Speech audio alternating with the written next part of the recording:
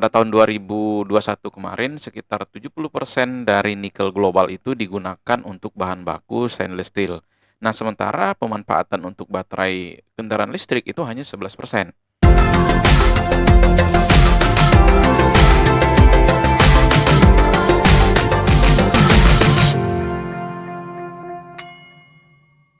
Revolusi tentang kendaraan listrik ini memang akhir-akhir ini bikin nikel itu menjadi komoditas penting dalam transisi energi bersih. Nah, tapi teman-teman perlu tahu bahwa nggak semua produk nikel itu bisa digunakan sebenarnya buat baterai listrik, teman kendaraan listrik.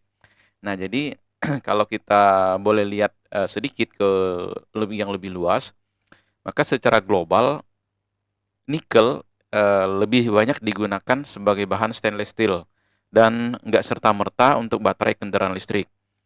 Jadi berdasarkan data yang kita rangkum secara global, teman-teman, pada tahun 2021 kemarin sekitar 70% dari nikel global itu digunakan untuk bahan baku stainless steel.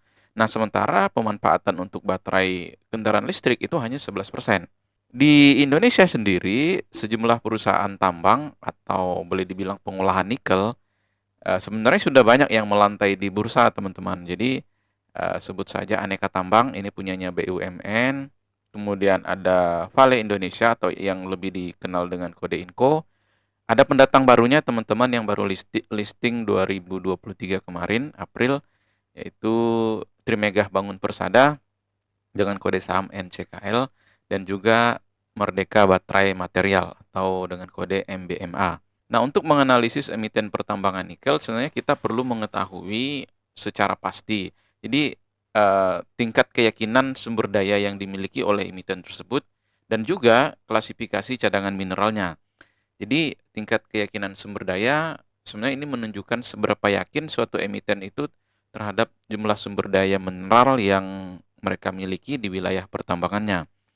Nah, adapun klasifikasi cadangan mineral ini menunjukkan seberapa besar jumlah sumber daya mineral yang menguntungkan untuk ditambang. Oke, teman-teman, nanti saya akan tampilkan sekilas informasi terkait dengan sumber daya dan cadangan mineral yang kita rangkum dari Stockbit. Nah, teman-teman, sedikit penjelasan bahwa tingkat keyakinan sumber daya mineral itu terdiri dari 3 kategori sebenarnya. Yang pertama, sumber daya terukur.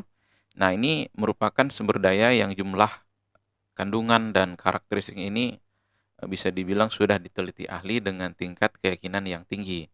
Kemudian yang kedua, sumber daya terindikasi.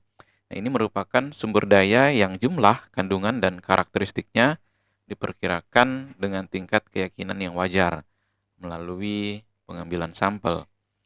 Kemudian yang ketiga, sumber daya tereka. Jadi, ini merupakan sumber daya yang jumlah kandungan dan karakteristiknya diperkirakan dengan tingkat keyakinan yang lebih rendah melalui asumsi dan juga bukti geologis. Nah, sebenarnya teman-teman, di dunia pertambangan, jadi perhitungan keyakinan terhadap sumber daya ini dilakukan oleh ahli geologi, ya, di mana mereka ini menggunakan pengujian serta model atau simulasi tertentu. Nah, jadi suatu klasifikasi sumber daya dapat naik kelas, misalnya apabila terindikasi menjadi terukur dan jika diteliti lebih lanjut oleh si para ahli tadi, ahli geologi. Nah, namun penelitian tersebut biasanya dilakukan setelah mineral di daerah terukur mulai habis dan perlu diteliti ulang keberadaannya. Nah, selain tingkat keyakinan, teman-teman, emiten pertambangan nikel ini juga mencantumkan jumlah cadangan terbukti. Jadi yang masih proven itu seperti apa, kemudian cadangan terkira atau yang probable istilahnya yang dimiliki itu juga mereka cantumkan. Nah, kedua istilah ini sebenarnya merujuk pada skala ekonomi suatu mineral, yaitu ini semacam perhitungan apabila mineral dapat ditambang dan menghasilkan keuntungan. Nah, jika aktivitas pertambangan di cadangan tersebut sudah pasti untung, teman-teman, maka cadangan tersebut bisa jadi dikategorikan sebagai terbukti atau proven.